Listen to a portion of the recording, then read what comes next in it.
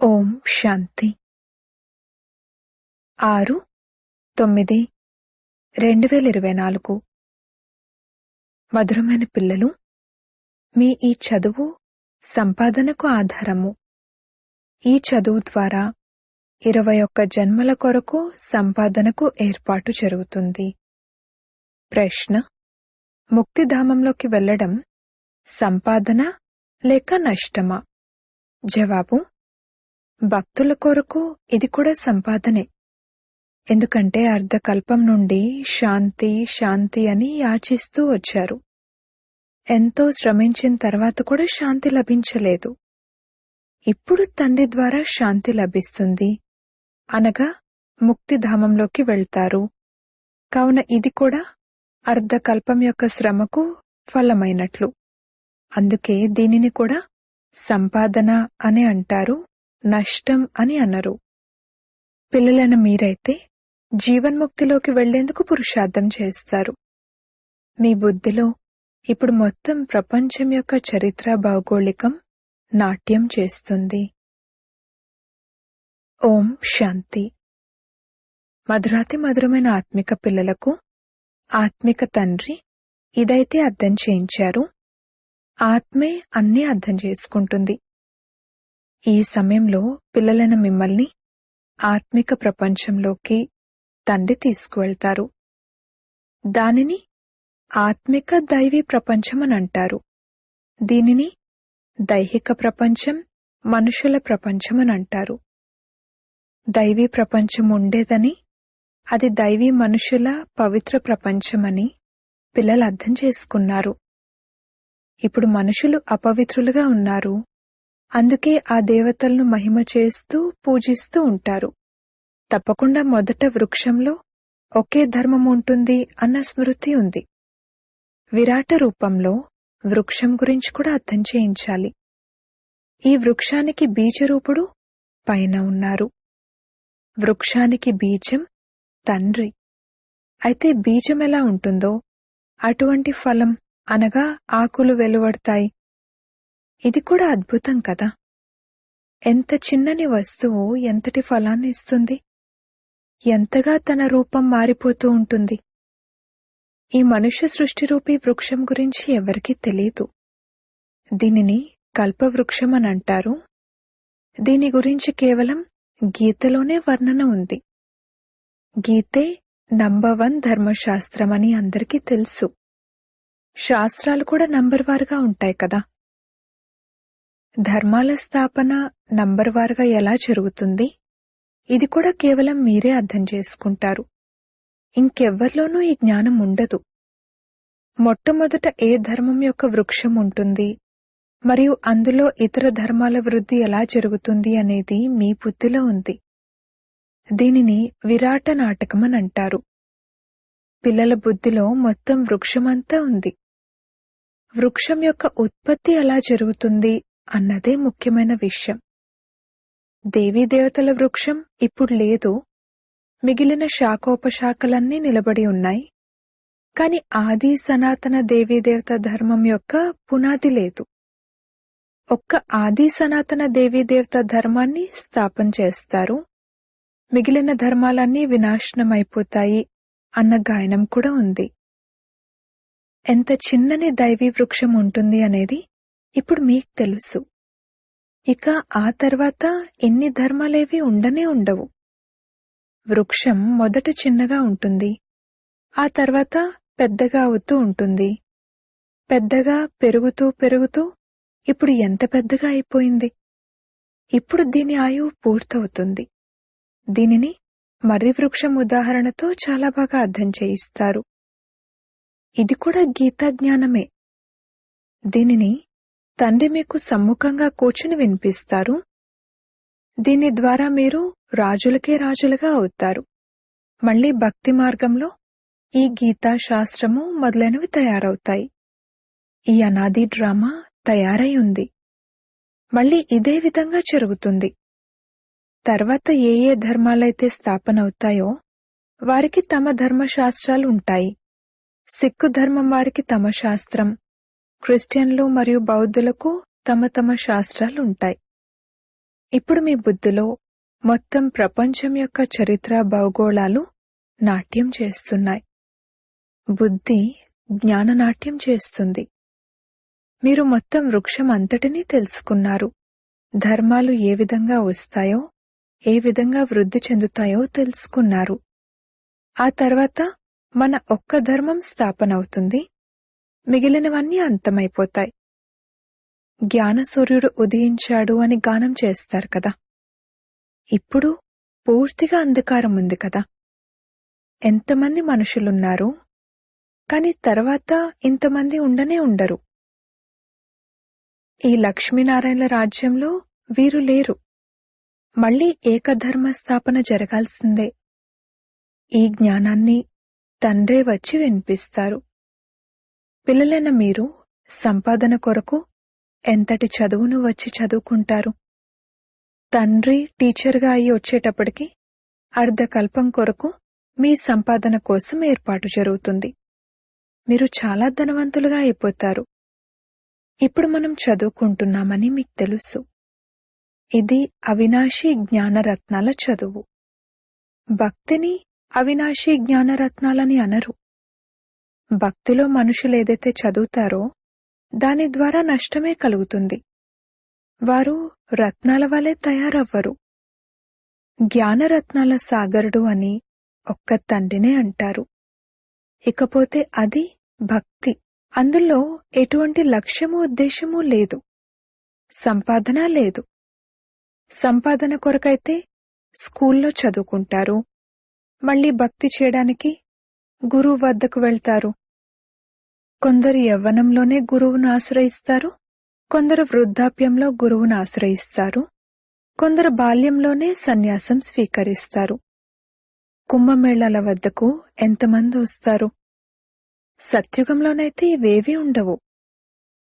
పిల్లలైన మీ స్మృతిలోకి అన్ని విషయాలు వచ్చాయి. రచయిత మరియు రచన యొక్క ఆది మధ్యాంతాల గురించి మీరు తెలుసుకున్నారు. వారైతే కల్పం ఆయువునే పెద్దగా చేసేశారు. ఈశ్వరుడు సర్వవ్యాపి అని అనేశారు. జ్ఞానం గురించి వారికి తెలీదు. తండ్రి వచ్చి అజ్ఞాన నిద్ర నుండి సుజాగృతులుగా చేస్తారు. ఇప్పుడు మీకు జ్ఞానధారణ జరుగుతూ ఉంటుంది. బ్యాటరీ నిండుతూ ఉంటుంది. జ్ఞానం ద్వారా సంపాదన, భక్తి ద్వారా నష్టము. ఎప్పుడైతే నష్టం వాటిల్లే సమయం పూర్తవుతుందో అప్పుడు మళ్లీ తండ్రి సంపాదన చేయించేందుకు వస్తారు. ముక్తిలోకి వెళ్లడం ఇది కూడా సంపాదనే. శాంతిని అయితే అందరూ కోరుకుంటూ ఉంటారు. శాంతి దేవా అని అనడంతో బుద్ధి తండ్రి వైపుకు వెళ్ళిపోతుంది. విశ్వంలో శాంతి ఏర్పడాలి అని అంటారు, కానీ అది ఎలా ఏర్పడుతుంది ఇదెవరికీ తెలీదు. శాంతిధామం సుఖధామం వేరువేరు, ఇది కూడా తెలీదు. మొదటి నెంబర్ వారెవరైతే ఉన్నారో వారికి కూడా ఇంతకు ముందేమీ తెలీదు. ఇప్పుడు మీకు మొత్తం జ్ఞానమంతా ఉంది. మనం ఈ కర్మక్షేత్రంలో కర్మ యొక్క పాత్రను అభినయించేందుకు వచ్చామని మీకు తెలుసు. ఎక్కడి నుండి వచ్చాము? బ్రహ్మలోకం నుండి. ఈ సాకారీ ప్రపంచంలో పాత్రను అభినయించేందుకు నిరాకారీ ప్రపంచం నుండి వచ్చాము. ఆత్మలమైన మనం వేరే స్థానం యొక్క నివాసులము. ఇక్కడ ఈ పంచతత్వాల శరీరం ఉంటుంది. శరీరం ఉంది, కావుననే మనం మాట్లాడగలుగుతాము. మనం చైతన్య పాత్రధారులము. ఈ డ్రామా ఆది మధ్యాంతాల గురించి మాకు తెలియదు అని ఇప్పుడు మీరనరు. ఇంతకుముందు మీకు తెలీదు. మీ తండ్రి గురించి, మీ ఇంటి గురించి, మీ రూపం గురించి ఇంతకుముందు యథార్థంగా తెలీదు. ఆత్మ ఏ విధంగా పాత్రను అభినయిస్తూ ఉంటుంది అనేది ఇప్పుడు తెలుసు. స్మృతి కలిగింది. ఇంతకుముందు స్మృతి లేదు. సత్యమైన తండ్రే సత్యాన్ని వినిపిస్తారని, దాని ద్వారా మనం సత్యఖండానికి యజమానులుగా అవుతామని మీకు తెలుసు. సత్యం గురించి కూడా సుఖమణిలో ఉంది. సుఖమణి అనేది గురు గ్రంథ్ సాహిబ్లో కనిపించే సిక్కు సాంప్రదాయంలోని ఒక ప్రాథమిక గ్రంథం. సత్యఖండాన్ని సత్యం అంటారు, దేవతలందరూ సత్యం మాట్లాడేవారిగా ఉంటారు. సత్యాన్ని నేర్పించేవారు తండ్రి. వారికి ఎంత మహిమ ఉందో చూడండి. గానం చేయబడి ఉన్న మహిమ మీకు ఉపయోగపడుతుంది. శివబాబా యొక్క మహిమను చేస్తారు. వారికే వృక్షం యొక్క ఆది మధ్యాంతాల గురించి తెలుసు. సత్యమైన తండ్రి వినిపిస్తారు. కావున పిల్లలైన మీరు సత్యమైన వారిగా అవుతారు. సత్యఖండం కూడా తయారవుతుంది. భారత్ సత్యఖండంగా ఉండేది. నంబర్ 1 ఉన్నతోన్నతమైన తీర్థం కూడా ఇదే. ఎందుకంటే సర్వుల సద్గతిని చేసే తండ్రి భారత్లోనే వస్తారు. ఏకధర్మ స్థాపన జరుగుతుంది. మిగిలిన వాటన్నింటి వినాశనం జరుగుతుంది. తండ్రి అర్థం చేయించారు. సూక్ష్మవతనంలో ఏమీ లేదు. ఇవన్నీ సాక్షాత్కారం అవుతాయి. భక్తి మార్గంలో కూడా సాక్షాత్కారం అవుతుంది. సాక్షాత్కారం అవ్వకపోతే ఎన్ని మందిరాలు మొదలైనవి ఎలా తయారవుతాయి? పూజ ఎందుకు జరుగుతుంది? సాక్షాత్కారాలు పొందుతారు. వీరు చైతన్యంగా ఉండేవారు అని అనుభవం చేసుకుంటారు. తండ్రి అర్థం చేయిస్తున్నారు. భక్తి మార్గంలో మందిరాలు మొదలైనవి ఏవైతే తయారవుతాయో, ఏదైతే మీరు విన్నారో చూశారో అదంతా రిపీట్ అవుతుంది. చక్రం తిరుగుతూనే ఉంటుంది. జ్ఞానం మరియు భక్తి యొక్క ఆట తయారై ఉంది. ఎల్లప్పుడూ జ్ఞానం, భక్తి, వైరాగ్యం అని అంటారు. కాని విస్తారంగా ఏమీ తెలీదు. తండ్రి కూర్చుని అర్థం చేయిస్తారు. జ్ఞానం పగలు, భక్తి రాత్రి. వైరాగ్యం రాత్రి పట్ల కలుగుతుంది. మళ్ళీ పగలొస్తుంది. భక్తిలో దుఃఖం ఉంది. అందుకే దాని పట్ల వైరాగ్యం కలుగుతుంది. సుఖం పట్ల వైరాగ్యం అని అనరు. సన్యాసం మొదలైన వాటిని కూడా దుఃఖం కారణంగానే తీసుకుంటారు. పవిత్రతలో సుఖముంది అని భావిస్తారు. అందుకే స్త్రీని త్యజించి వెళ్ళిపోతారు. ఈ రోజుల్లోనైతే ధనవంతులుగా కూడా అయిపోయారు. ఎందుకంటే సంపద లేకుండా సుఖం లభించదు. మాయ దాడి చేసి అడవి నుండి మళ్లీ నగరాల్లోకి తీసుకొస్తుంది. వివేకానందుడు మరియు రామకృష్ణుడు అనే 2 గొప్ప సన్యాసులు కూడా ఒకప్పుడు ఉండి వెళ్లారు. సన్యాసం యొక్క శక్తి రామకృష్ణుడిలో ఉండేది. ఇకపోతే భక్తిని గురించి అర్థం చేయించడం చేయడం మొదలైనవి వివేకానందుడిలో ఉండేవి. ఇరువురి పుస్తకాలు ఉన్నాయి. పుస్తకాలు రాసేటప్పుడు ఏకాగ్రచిత్తులై కూర్చుని రాస్తారు. రామకృష్ణుడు తమ జీవిత చరిత్రను రాసే సమయంలో తమ శిష్యునికి కూడా నీవు వెళ్లి దూరంగా కూర్చో అని చెప్పారు. అతను చాలా తీక్షణమైన గట్టి సన్యాసి. అతనికి పేరు కూడా ఎంతో ఉంది. భార్యను తల్లిగా సంబోధించండి అని బాబా అనరు. ఆమెను కూడా ఆత్మగా భావించండి అని బాబా అంటారు. ఆత్మలందరూ పరస్పరం సోదరులే. సన్యాసుల విషయం వేరు. రామకృష్ణుడు తన పత్నిని తల్లిగా భావించారు. కూర్చుని తల్లిని మహిమ చేశారు. ఇది జ్ఞాన మార్గం. వైరాగ్యం విషయం వేరు. వైరాగ్యంలోకి వచ్చి భార్యను తల్లిగా భావించారు. మాత అన్న పదంలో అశుద్ధమైన దృష్టి ఉండదు. సోదరి వైపుకు కూడా అశుద్ధ దృష్టి వెళ్లొచ్చు, కాని తల్లి గురించి ఎప్పుడూ అశుద్ధ ఆలోచనలు కలగవు. తండ్రికి కూతురి వైపు అశుద్ధ దృష్టి వెళ్లొచ్చు, కాని తల్లి వైపు ఎప్పుడూ వెళ్లదు. ఆ సన్యాసి భార్యను తల్లిగా భావించడం మొదలుపెట్టారు. కాని అతని విషయంలో అలా అయితే ప్రపంచం ఎలా నడుస్తుంది, పుట్టుకెలా జరుగుతుంది అని అడగరు. అతనొక్కరికి వైరాగ్యం వచ్చింది, తల్లి అని అనేశారు. అతనికి ఎంత మహిమ ఉందో చూడండి. ఇక్కడ సోదరీ సోదరులుగా భావించినా కూడా చాలా మంది దృష్టి వెళ్తూ ఉంటుంది. అందుకే బాబా అంటారు, పరస్పరం సోదరులుగా భావించండి. ఇది జ్ఞానం యొక్క విషయం. అక్కడది ఒక్కరి విషయం. ఇక్కడైతే ప్రజాపిత బ్రహ్మ సంతానంగా ఎంతో మంది సోదరీ సోదరులున్నారు కదా. తండ్రి కూర్చుని అన్ని విషయాలను అర్థం చేయిస్తారు. బ్రహ్మబాబా కూడా శాస్త్రాలు మొదలైనవి చదివారు కదా. ఆ సన్యాస ధర్మమే వేరు. అది నివృత్తి మార్గానికి చెందింది. అది కేవలం పురుషుల కోసమే. అది హద్దులోని వైరాగ్యం. మీకైతే మొత్తం అనంతమైన ప్రపంచం పట్ల వైరాగ్యం ఉంది. సంగమంలోనే తండ్రి వచ్చి మీకు అనంతమైన విషయాలను అర్థం చేయిస్తారు. ఇప్పుడు ఈ పాత ప్రపంచం పట్ల వైరాగ్యం కలగాలి. ఇది చాలా పతితమైన చీచీ ప్రపంచము. ఇక్కడ శరీరాలు పావనంగా ఉండలేవు. ఆత్మకు కొత్త శరీరం సత్యుగంలోనే లభించగలదు. ఇక్కడ ఆత్మ పవిత్రంగా అయినా కాని శరీరమైతే అపవిత్రంగానే ఉంటుంది.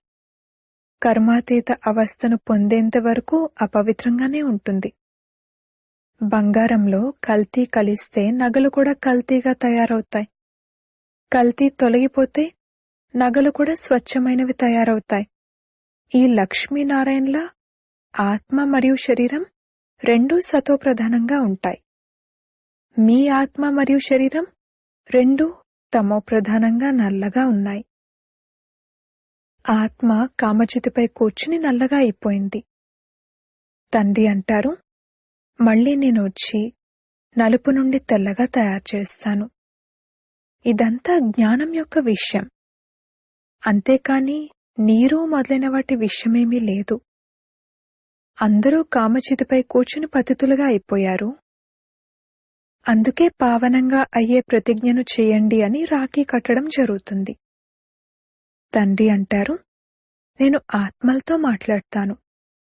నేను ఆత్మల తండ్రిని.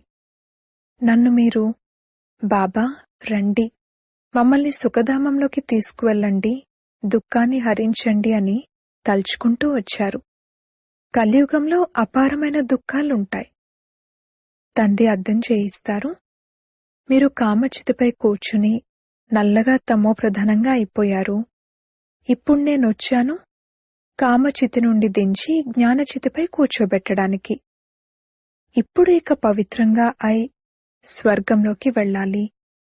తండ్రిని స్మృతి చేయాలి. తండ్రి ఆకర్షిస్తారు. బాబా వద్దకు ఒక జంట వస్తారు. ఒకరికి ఆకర్షణ కలుగుతుంది, ఇంకొకరికి కలగదు.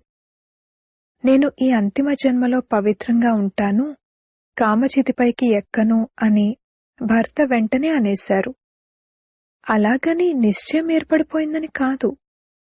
ఒకవేళ నిశ్చయం ఏర్పడినట్లయితే అనంతమైన తండ్రికి ఉత్తరం రాస్తారు, కనెక్షన్లో ఉంటారు. వారు పవిత్రంగా ఉంటున్నారు కాని తమ వ్యాపార వ్యవహారాల్లోనే నిమగ్నమైపోయి ఉంటున్నారని విన్నాము. తండ్రి స్మృతి ఎక్కడుంది?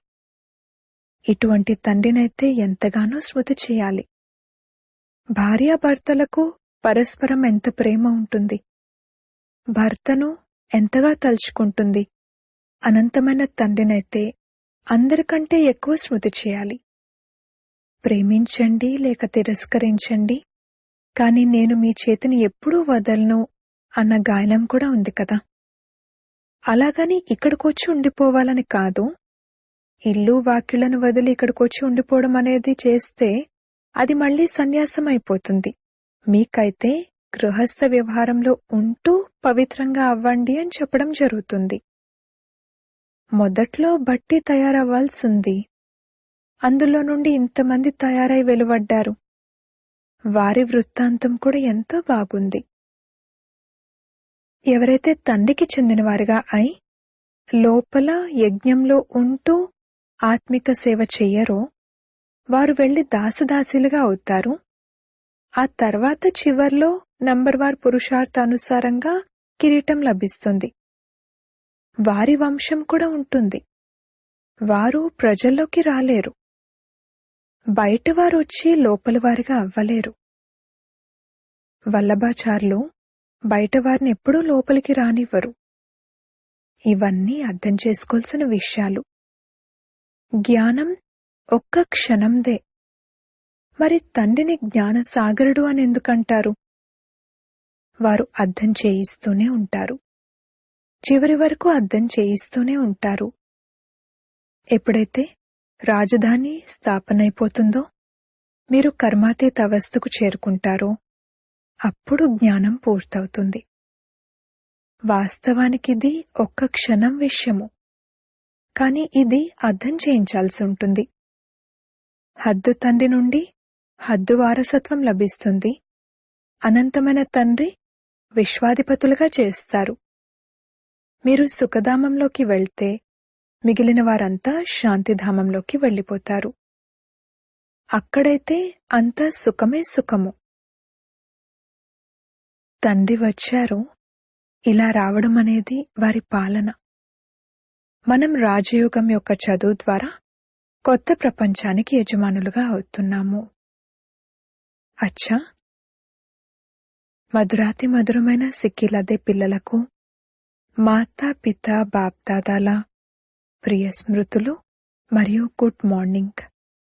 ఆత్మిక పిల్లలకు ఆత్మిక తండ్రి నమస్తే. ధారణ కొరకు ముఖ్య సారము. మొదటి పాయింట్, ఈ పతిత చీచీ ప్రపంచంపై అనంతమైన వైరాగ్యాన్ని ఉంచి ఆత్మను పావనంగా చేసుకునేందుకు పూర్తి పురుషార్థం చేయాలి. ఒక్క తండ్రి ఆకర్షణలోనే ఉండాలి. రెండవ పాయింట్, జ్ఞానధారణ ద్వారా మీ బ్యాటరీని నింపుకోవాలి. జ్ఞానరత్నాలతో స్వయాన్ని ధనవంతులుగా చేసుకోవాలి. ఇప్పుడిది సంపాదన చేసుకునే సమయం, అందుకే నష్టం నుండి రక్షించుకోవాలి. వరదానము. జ్ఞానరత్నాలను ధారణ చేసి వ్యర్థాన్ని సమాప్తం చేసే హోలీ హంస భవ. హోలీ హంసకు 2 విశేషతలుంటాయి. ఒకటేమో జ్ఞానరత్నాలను గ్రోలడము, మరియు 2 నిర్ణయ శక్తి ద్వారా పాలును మరియు నీటిని వేరు చేయటం. పాలు మరియు నీరు అంటే అర్థం సమర్థం మరియు వ్యర్థం యొక్క నిర్ణయం. వ్యర్థాన్ని నీటితో సమానమని మరియు సమర్థాన్ని పాలతో సమానమని అంటారు. కావున వ్యర్థాన్ని సమాప్తం చేయటం అనగా హోలీ హంసలుగా అవ్వటం. నిత్యం బుద్ధిలో జ్ఞానరత్నాలు మెదులుతూ ఉండాలి, మననం జరుగుతూ ఉండాలి. అప్పుడు రత్నాలతో నిండుగా అవుతారు. స్లోగన్.